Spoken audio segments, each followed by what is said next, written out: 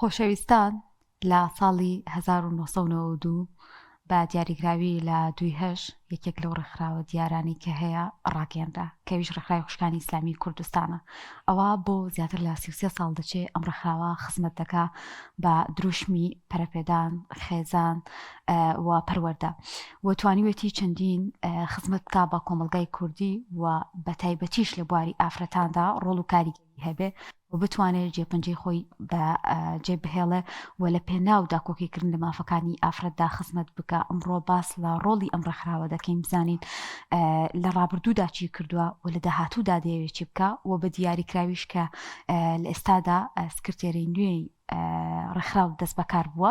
بزانین هەوڵ و خەباتەکانی ئەم ڕێکخراوە چییە و دەکرێت لە کۆمەڵگای کوردیدا چڕۆڵێکی هەبێ بە تایبەتیش کە لە ماوەکانی پێشودا بینیمانە ڕووبەڕووی چەندین بیرینە مو بۆتەوە کە لە هەرمی کوردستاندا پەری پێدراوە بە تایبەتی بۆ بەلا ڕێدابردنی ئافرەت و بە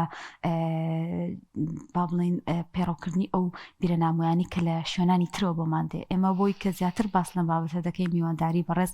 خاتو بەدرێ ئیسماعیلمان کردووە، سکرتێری نوێی ڕێکخراوی خوشکانی ئیسلامی کوردستان. خاتو بەدرێ بەخێر بێ، خۆشحاڵین بە ئامادەبوونت لەگەڵمان. پیرۆزە بێ ئینشاءالله. پیرۆزە و ئینشاءالله بە هێوەی کاری باشوونێت. خاتو بەدرێ هەمیشە دەوترێت ڕابردوو شاهێدە بۆ داهاتوو، بێگومان لەو ڕابردووی کە ڕێکخراوی خوشکانی ئیسلامی کوردستان هەیبووە ئەبێ باسێک لەو خزمەتە بکەین ئینجا بینە سەر ئەوەی کە هەر بەڕاستی دەکرێت لە داهاتوودا چی بکرێت. سەرەتا مێ بزانم ڕێکخراوی خوشکان لە ڕابردوودا چ ڕۆڵێکی هەبووە بە چ ئەهمیەتێکەوە کاری کردووە؟ بەنای خۆی بەخشندەی میهرەبان دەستخۆشی بۆ جەنابتان بۆ سازکردنی ئەم بەرنامەیە تایبەت بە ڕۆڵ و پێگەی خوشکان و دەست بەکاربوونی بەندا لە کابینەی نوێدا. طبعاً ڕێکخراوی خوشکان درێژە پێدەری مێژوویەکی زێڕین و لە نێژینەیە. ئەتوانم بڵێم ڕێکخراوی خوشکان کە بێگومان مێژوەکەی بۆی کورتی بکەمەوە لە بزوتنەوەی ڕاپەڕێن و خوشکانی بزوتنەوە و یەک بوون و کۆمەڵ و هەتاوەکو ئەم ڕۆژەی تیادا لەدایک بوو و تا ڕۆڵ و پێگە و کاریگەری زۆر ڕەها و بەرچاوی هەبووە لە سەردەمی. طبعاً من دەڵێم جودی خوشکان، ڕۆڵی خوشکان، پێگەی خوشکان ئەگەر بۆ نمونە دەستەیەک بۆ بن، ئەگەر بۆ نمونە لقێک بۆ بن، یا بۆ نمونە لە سکرتارێتێک پێکاتوێ یا لە دەستەیەکی بۆ نمونە ناڕاستە خۆ پێکاتوێتە مەبەستم لە پێش ئازادکردنی عێراق لە ڕژێمی بەعسەوە ئەم دەستەیە هەر هەبوو تاقییان بە خەرزداوە تا ئەوکویتر گەیشتۆتە ئەم مێژوە. بۆ یاڵێم خوشکانی ئێمە لە خەباتی شاخ دەستیان پێکرد تاوەکو گەیشتونەتە ئەم ڕۆژە. خەباتی شاخ شان بەشانی هاوسەرەکانیان، شان بەشانی براکانیان، شان بەشانی باوکەکان، شان بەشانی کوڕەکان سەنگەریان دەکرد، هەوڵی ئازادکردنی عێراقیاندا کاریان دەکرد، جیهادیان دەکرد، ئاوارەی بوونیان هەڵبژارد، خوێنیان ڕەشت، بە خوێنیان خەباتیان کرد. ئەگەر بە نمونە ئەوەشیان پێ نەکرابێ چەکی دەستی ئافرەتانی ئێمە ڕۆڵ و پێگەی بەرچاوی هەبووە لە بۆ نمونە گۆڤارەکان، لە ڕۆژنامەکان، لە تەواوی کایەکان داوان تاقیان بە خەرزداوە. لە کاتی بۆ نمونە کیمابارانکردنی هەڵەبجە کە خەڵکی بەلێشا و ئاوارەی ئێران بوو، لە تەڵەن یەکێک لە ئۆردوگا نشینەکانی ئێران ئێمە جێنشین بوو بووین. هەر لەو کاتەدا کە ئەو کاتە تەمەنێکی مناڵمان هەبوو لە پۆلی ئەوە 6 بۆ 7 بووین. ئەو کات خێمەیەکمان دروست کردبوو کە خوشکانمان لە خۆمان گرتووە. ئافرەتان بەردەوامها خاوەن فکرەیە، هەستی بەرپرسیارەتی هەیە، تەمۆحی بۆ کارکردن لەژێر ئەو چادر و خێمەیە لەو ئاوارەیە ئافرەتانمان کۆکردنەوە تۆ ئێمانەکردن، هانمانیان بۆ کارکردن. ئیسعافاتی ئەوەلی داوامان کرد لە حکوومەتی ئێران و کاتە کە خولێکی ئیسعافاتی ئەوەلیمان بۆ کاتەوە کە لەم ئۆردوگایەدا ئێمە وەک ئافرەتان پێویستمان بە پیاو نەبێ کە خزمەتیان بکەین. هەر لەو کاتەدا لەو سەر و بەندەدا خولیان بۆ کردن ئەو سەردەمە فێری زەخەتگرتن و شەکرێ و ڕێژی شەکرە و عیلاج بەکارهێنان و کانولا دانان و دەرزیلیان و ئەو کات لاژێر ئەو خێمەیەدا ئێمە ئەم بڕوانامەیەمان بەدەستێنەوە. خێمەیەکە بوو بە ناوی خێمەی سازومان. لە ڕۆژانەدا لەو خێمەی ئێمە ئەبوایە بەرهەم بنێرین تای بکرێ بکرێ بە مجلەیەک یا ڕۆژنامەیەک یا کتێبێک لەسەر زوڵم و ستەمی ڕژێمی بەعز بەرامبەر بە خەڵکی هەڵەبجە و بەرامبەر بە خەڵکی هەرێمی کوردستان و دانیشتوان و تیمە بارانی بۆ نمونە گەرمیان و ئیتر لە بادیناوە تا خانەقین ئەمانەمانە کرد، یعنی پێمان ئەوە بوو ئاسی بەرپرسیارەتیمان زۆر و بەردەوام ئەمانویست ڕۆژانە بەرهەمێکمانەیە بۆیە لەوێوە دەستمان پێکرد خەباتی سەرزەمینی خەباتی ژێرزەمینی و ستایلی تەکنیکی سیرمان بەکارنا لە ژێردەستەی ڕژێمی بە ئێستا گەیشتینە ئەم ڕۆژێکی خی پەروەردگار ئارامی و ئاسوودەیی و ئەمنیەتی بۆ دەستەبەرکردوین، بۆیە ئەڵێم ئێمەی ئافرەتانی ئیسلامی لە شاخەوە دەستمان پێکرد بۆ ئێرە بەڵێ الحەمدلله ڕێکخراوی خوشکانی ئیسلامی ڕێکخراوێکی کارا بووە، ڕێکخراوێکی بەرچاو بووە، ڕێکخراوێکی ئەکتیڤ بووە. ئەو ڕێکخراوە بووە کە زۆر تەکیدی لە شکۆی خێزان، لە پاراستنی خێزان، لە پێکەونانی خێزان، لە پیرۆزیەکانی خێزان لە پاراستنەکەی کردووە و هەوڵی داوە ئەو ڕێژە بەرزەی جیابوونەوەی دادگاکان کە هەیە هەوڵ بدا بۆ نە بە جۆرێک لە جۆرەکان کەمی بکاتەوە، نەک ڕاگرنی کەمی بکاتەوە و خێزانەکان ئاشنا بکە بە گرنگی خێزان. بۆیە ئێمە الحەمدولله ڕۆڵی ڕەها و بەرچاومان هەبووە لە پاراستنی خێزان، لە پەروەردەی گەنج، لە تەوعیە، لە پرۆژەی خێرخوازی، لە خۆگرتنی مناڵانی بێباوک، لە تەوعیە و پەروەردەکردنی ئافرەتانی بێ هاوسەر و ڕەخساندنی هەلی کار و زۆر کاری گرنگتر و جەوهەریتر لە ڕێکخراوی خوشکانە ئەنجام درراوە. لە هەمووی گرنگتر ئێمە کابینێک لە دوایەکەکان، کۆنگرە لە دوای کۆنگرە، لە دەستکردنی دەسەڵات و سکرتێرە لە دوای سکرتێرە، ئەنواعیشی نەوعی ئەنواکاری بەرچاومان ئەنجام داوە. لە نەویاندا بۆ نمونای لە یەکێک لە کابینەکان کە خات و ئاوان سکرتێری ئەو ڕێکخراوە بوو دەستپێک یەکەم ڕێکخراو بوون. ئێمە هەستی بەرپرسیارەتیمان بەرامبەر بە ئافرەتانی سزادراوی ناوزیندانەکانە بوو کە سزادراوانی گەورە ژنان و مناڵان بوون. ئێمە ماوەی 6 مانگ تەنسیقمان وەرگرت لەلایەن حکوومەتەوە کەوانەی پەروەردەیمانوتەوە تاکە ڕێکخراو بووین هەستی بەرپرسیارەتیمانە بوو کە وانەی وشیاری بۆ زیانەکانی موادی هۆشبەرمان لە زیندانەکان بۆ نەوجەوانان، بۆ ئەوانەی کە حکمی سێداران هەموو بۆ ئەوەی حاڵەتی دەرونیان ئەوە نەبێ، ئەوانەمان هەموو کردو چی بۆ منە فەراغێک لە کۆمەڵگەدا هەبوو بێ ئێمە ئەوانەمان جامداوە. ڕێکخرا سکرتێرەکانی تر یەک لە دوایەکە هەموو ئیبداعێک و بۆ نمونە پرۆژەی تازە، پلانی تازە، کاری تازە، هەم ئەوانە خات و قومریش ئەتوانی لێرەوەمەوە بڵین مێژوەکەی بەرز نرخەی 9 ساڵ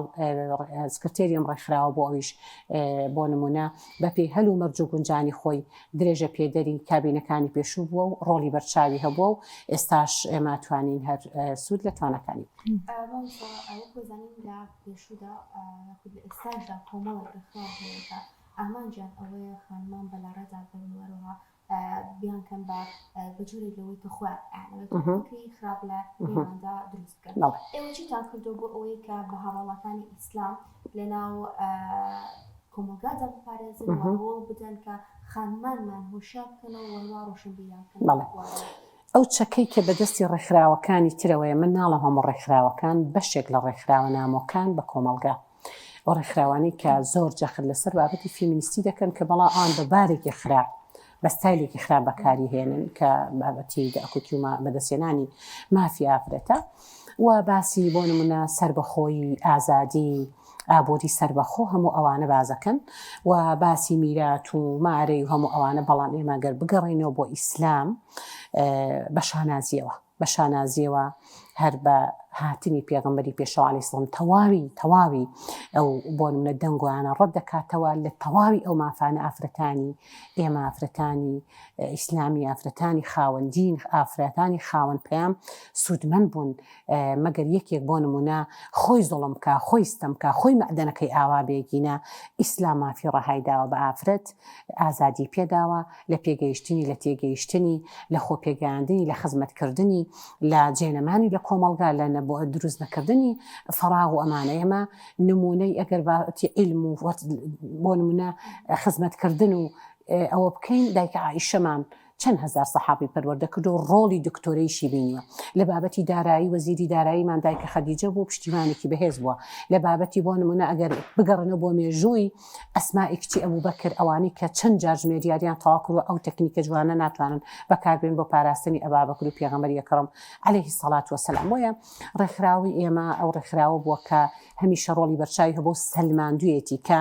ئێمە ئیسلامین ئەتوانین ئەو مافە بۆ خۆمان دەستەبەر بکەین ئیسلامە پارێزگاریمان لێکە شکۆمانە پارێزێ مەکانەتمانە پارێزێ مافمان بۆ دەستەبەرەکە خوا لەسەر و حوتەبقاتی ئاسمانەوە ئێمەی پاراستۆ شکۆمەندی کردوون و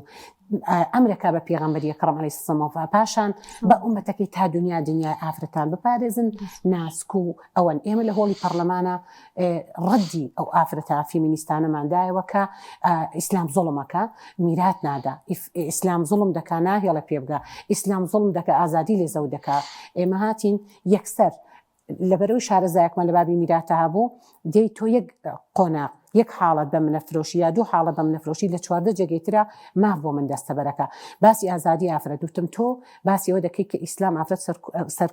سەرکۆنە ئەکە یا تاقەکانی ئەپڕۆکێنە من یەکێکم لەو نمونانی ئێستا لە پەرلەمانم و هەر حیزبەکەی منە کە حیزبێکی ئیسلامی باگراوندێکی ئیسلامی هەیە منی گەیاندۆتە ئێرە هەر منی ئیسلامیم لە ناوەندی بڕیارم هەر منی ئیسلامیم خوشکەکەم لە ئەنجومەنی باڵادا لە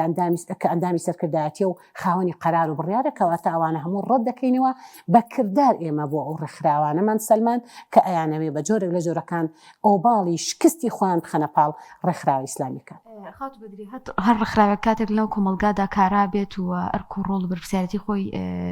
بەکارەخا چالاکی ئەنجامە بێگومان کۆمەڵک بربەست و ئاڵنگاری شێتە بەردەم پێ دوایە لە ئێستادا ئەو ئاڵنگاری بربەستانە چین لە بەردەم ئێوەدا کە ئەی ڕەنگە ئاستەنگێک بێ بۆ ئێوە لەم قۆناغەیە بێگومان خاتوهۆنی عادەتەن تۆ گەر بتەوێ هەر کارێک ئەنجام بدەی ئەتر سروشتی کارکردنی مرۆڤ وایە لا کۆمەڵێک کۆس بوو لەم پەرت بۆ دروست ئەکات بەتەکید پێدەچێ تۆ بتەوێ کۆمەڵێک تەماحی گەورەت هەبێ بەدەستی بێنی بە نمونە خزمەتکردنی چینێک خزمەتکردنی ئەم شارە خزمەتکردنی کۆمەڵێک کەسی بەشمێنێت بە نمونە ئێمە بمانەوێت دەست بۆ مافی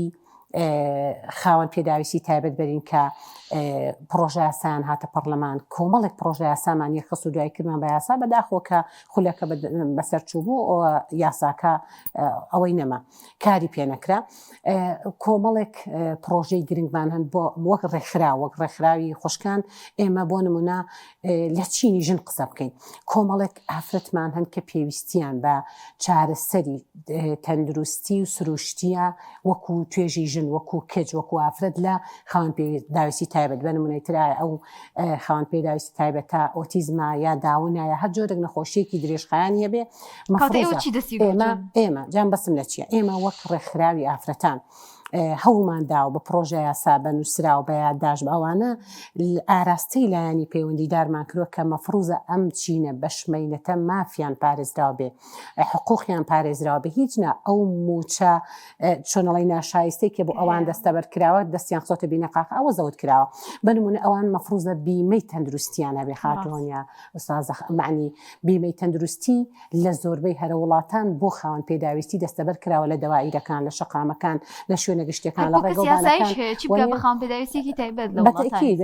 لە بڕۆ تێبینی بکە لە وڵاتانی قلیم و دەرەوەش بەردەوام خصوصیات و تایبەتمەندیەک بۆ خاوەن پێداویستی هەیە لە تەواوی بۆ نمونە لە مەپارەکان لە ڕێگەوبان لە هەمووی دەستەبەر کرا بەڵام لێرەدا ئەم چینە بەژمەینەتە هەم دەست خراوەتە بینە قاقای و قوتەکەی زەوت کراوە هەم مافی بۆ دەستەبەر نەکراوە ئەیکێک لەو بەربەستانە ئەوەیە بە نمونە ئێمە گەرمانە بیدەینە حکومەت و لایانی پەیوەندیدار ئەوەمان بەگوێیەکە بیمەی تەندروستی بۆ ئەوانە ببڕێتەوە ئەومان بەگوێیەکە ڕێژەیەک لە موچەکان کە بە یاسا ئێمە ئاراستەمان کرد بە پرۆژە یاسا داوامان کرد موچەکان لە 500 کەمتر نەبێ و عنی ئەگەر زیاترەوە ئەتیادیە پێمان خۆش بووە هیچ بگاتە 500 و لە 300 کەمتر نەبێ هەموو مانگێکیش لە کاتی خۆیدا ئەوە بکرێ و کۆمەڵێک پرۆژەی تر ئێمە گەرمانەوێت تەنها لەلایەنە ئیسلامەکەی و لە ناو ڕێکخراوەکەی خۆمانە نامانەوێت قەتیزبی نەمانەوێ بە دنیای دەرەوەدا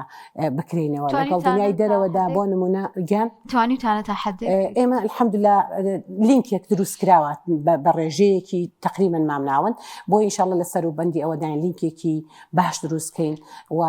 ڕۆڵ و چالاکیەکانی ئافرەتان ئەوان سوود لە ئێمە وەربگرن ئێمە سوود لە ئەوان وەربگرین ئێمە بەچی کۆمەڵگەکەمان وەرە پێشبەرین بەچی حقوقی ئافرەتان پارێزراوکەن بکەن بەچی ئافرەتانکەینە پێشنگ بەچی کۆمەڵگەکەمان پارێزراوکەن بەچی خێزان بپارێزین بەچی شکۆی گەنجەکانمان بپارێزین چۆن بتوانین پێگەی گەنجەکان پارێزین بیانگەینە لووتکە بۆیە هەوڵی دروستکردنی ئەو لیمکانادەین بۆ دەرەوە لە ناخۆشمانە و لەگەڵ تەواوی ڕێکخراوە ژنانیەکانیشە ئێمە ئەتوانین چۆنەڵی هاوپەیمان بین و سوود لە ئەزمموی یەکتر وەربگرین بەڵێ کۆسپ و لەمپەر لەو نەحیەوە هەیە بەڵام ئەوەش چۆنەڵی چۆکمان پێدانادا گرنگ ئەوەیە ئێمە دەبێت جەختکەین کۆڵ نەدەین هەنگاوی یەکەم چۆنەڵی ئەوەمانەکە بە هیوامانەکە دووبارێکین و سێبارەکەین و تا دەگەینە چۆنەڵی ئامانجی خۆمان بۆ ئینشاڵڵا لە بەرنامەمانە هەوڵ بدەین ئینشاڵڵا زۆر شتی تەواو نەکراوە زۆر شتی بۆ نمونە پێویست لە کۆمەڵگەکەماندا هەیە لە توێژی ئافرەتانە لە بەرنامە و پلانمانە ئینشاڵڵا لە بەرنامەی کاری ساڵانەماندا یا لە پلانمانە کە ئینشاڵڵا کاری لەسەر بکەین. ئەوکوی پشتر خۆت پەرلەمانتار بوویت و ئەزمونت لەگەڵ کێشەکاندا و هەروەها ئەزمون لەگەڵ کێشەکاندا هەیە و هەروەها ئەوەی کە بەڵێ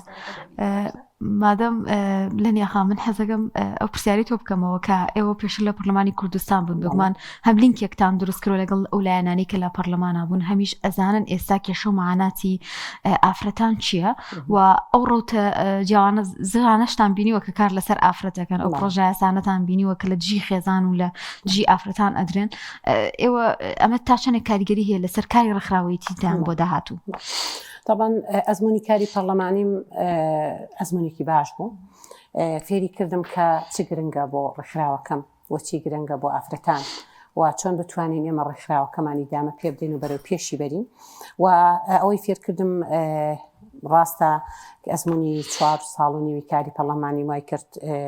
دۆستایەتی و پەیوەندی و لینک لەگەڵ کۆمەڵێک لایەن دروست بکەین ئەو کۆمەڵ و لایەنە بە نمونە ئێستا چەند نوێنەرێکمان هەیە هەم لە کەسایەتیەکان و هەم لە عیلاقات و هەم لە ئەوەکە لە تۆڕی هاوبەشی ڕێکخراوە ژنانیەکانایە بۆ ئێمە دەستکەوتە کاتێک تۆ بەشداری لە بۆنە و مناسەباکان و چالێکیەکانەکەی کارکتەرێکی باش و ڕێکخراوی ئافرەتانە نێریتەوە جێگە و شوێنانە پەیامی خۆت پرۆژەی خۆت کاری خۆت پلانی خۆت لەو شوێن و جێگانەدا خەیتە ڕوو بۆیە ئێمە طموحەوە لە کارەکە ڕوانین بە تەنها بۆ ڕێکخراوی خوشکانە هەوڵ ئەدەین لەگەڵ تەواوی ڕێکخراوەکانی تر بە چۆنەڵی کۆدەنگی ئەگەر بۆ نمونە ئیشێک لەمپەر بێ قورس بێ ئەستەم بێ کە ئیشێکی نوعی بێ خزمەت بە کۆمەڵگەکەمان بکە هەوڵ دەین ئینشاڵڵا بەدەستە جەمعی پێکەوە ئەوە بکەین و ئینشاڵڵا بەردەوام هەوڵی ئەوە دەین ئەم ڕێکخراوە لە چڵەپۆپەدا بێ لە بەرەو پێشچوو نابێ و جێگادەستی دیار بە دڵسۆزی بە خەرج بدا بە هەستی بەرپرسیارانەوە لە تاک بە تاکی کۆمەڵگە بە تایبەتر توێژی ئافرەتان بڕوانێ بە کوردی خات و بەدرێ ینی ئەم بوونی بەڕێستان بە سکرتێرە تا چەندێک گرنگە ینی ئەم پێگەیە بۆ خزمەتکردن لە بواری ڕێکخراوەی بە تایبەتی بە خوشکان دوجاریش هیچ پلان و پرۆژێکتان هەیە لە ئێستادا؟ طبعا بوونی بەندە وەک سکرتێری ڕێکخراوەکە ئەتوانە بەڵێم لەنەوە دوو من تا ئێستا کە لەگەڵ لە سلکی خۆشکانە کارم کردو بۆ ڕۆژێک دانەبراوم بە شانازیەوە ئێمە ئافرەتان لە هەر پێگەیەک بن خاتوهۆنیە ئەتر لە پێگەی پەرلەمانی بین پێگەی وەزیفی بین پێگەی ئیداری و دارایی و خێزانی و کۆمەڵاتی و هەتا دوایی بین هەر خۆمان بە مڵکی خوشکان و بە نوێنەری خوشکانە زانین و هەر بە نوێنەری خوشکانیشمان زانیوە بۆیە ئەمە دەواازەیەکی زۆر باشە بۆ کارکردنم من هەر هەمیشە سەرقاڵیم هەبووە بە کاری دەعوی و پەروەردەی و کۆمەڵێک بۆ نمونە زنجیرە بەرنامە ئەمانەمە بووە الحەمدوللیلا بۆی ئەڵم کە دانەبراوم هەم دەست و پەنجەم لەگەڵی نەرم کردو هەم چاودێم لەگەڵی کراوە هەم اختصاصی خۆمە هەم ئینشاڵڵا ئومێ دەکەم کە دەستە خوشکەکانم هاوکارم بن و پێش هەموو شتێک خوای گەورە پشتیوانمان بێەوە سەبارەت بە پرۆژە و پلان ئێمە الحەمدوللا پلانێکی زۆر تۆکمەمان ئامادە کردو کە ئێستا ڕۆژنووزەکەی ئامادەی و ئامادەیە بۆ تایبەتە بە هەر ئافرەدیان بواری پەروەردە و خێزان و هەموو و پرۆژەی خوشکان لە تەواوی سۆنگەکانەوە هەموو ڕەهەندەکان لە خۆ دەگرێت و تەواوی شارە کوردستانیەکانەگرێتەوە تاها لە شارەکە قەتیز نامێنن دانانە هەموو شار و شارۆچکەکانەگرێتەوە و لە پلانمانە بەندە وەک سکرتێری ڕێکخراوەکە زۆر بە جددی و بە سەریعی حملەیەکی مەیدانیمان دەست پێ کردووە هەوڵ ئەدەین ئینشاڵڵا ڕاپۆرتێکی تۆکمە ئامادەکەین لە پێداویستیەکانی ئافرەتان تاوەکو چۆن ئەم ڕێکخراوە بەرەو پێش بەرین پلانمان ئامادەیە و ڕەشنووسی کارنامەمان ئامادەیە 2 ڕەشنووسی تۆکمەمان ئامادە کردووە و پەیڕەوێکی زۆر باشی پڕحەگبەمان هەیە لە خوشکان ئیدامە بۆ کارانادەین و ئینشاڵڵا چۆنەڵی دەست لە دەست و قووەت لەخوا تیمەکەم و خوشکان و تەواوی ئەو خوشکانی کە لە ئیتر خوشکان بەگشتی هەم لە لقەکان هەم لە سکرتارەت هەم لە ئەنجومەنەکان هەر خوشکان کاڵی خوشکان هەر هەمومان چۆنەڵی بەگشتی وەکو دایک و خۆشێک وەکو دایک و کێچ مامەڵە دەکەین و ماڵی خوشکان کاری خوشکان ڕێکخراوی خوشکان بە ماڵی خۆمان نەزانین دڵسۆزانە کاری تیاکەین ئینشاڵڵا ئەومێ دەکەین ببینە ئاوەدانی بۆ تەواوی ماڵ و خێزان لە شار و شارۆچکەکان هەرێمی کوردستان. دەستخۆش بێ هاڵخات و بەدرێ هیوای سەرکەوتن بۆ بەڕێستە خوازیین پیرۆزبایی لێگەین دووبارە و سپاسی هەموو خوشکانەشەکەین کە هاوکاری بەڕێستن و هەر ڕۆڵیان هەبوو لە ڕێکخراوەکەدا ساز بۆ خات و بەدرێ ئیسماعیل سکرتێرەی نوێی ڕێکخراوی خوشکانی ئیسلامی کوردستان کە لەم تەوەرە لەگەڵمان نابوو.